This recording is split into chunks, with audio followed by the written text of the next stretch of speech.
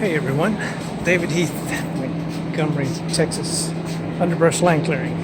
So I got the new Bogey wheels put on with the new bearing assembly, and it had all but one part, and it was the last one that goes on.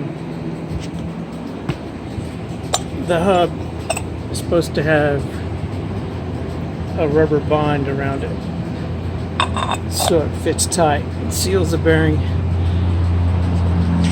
They didn't send me one of those, so I have to postpone my job for Monday and hopefully go pick one up Monday and I'll be back in business. But anyhow, there she blows. For those of you who think it's safe to crawl under a 15,000 pound machine it's held up by a jack stand, you might want to think again. Yeah, okay. Have a good day.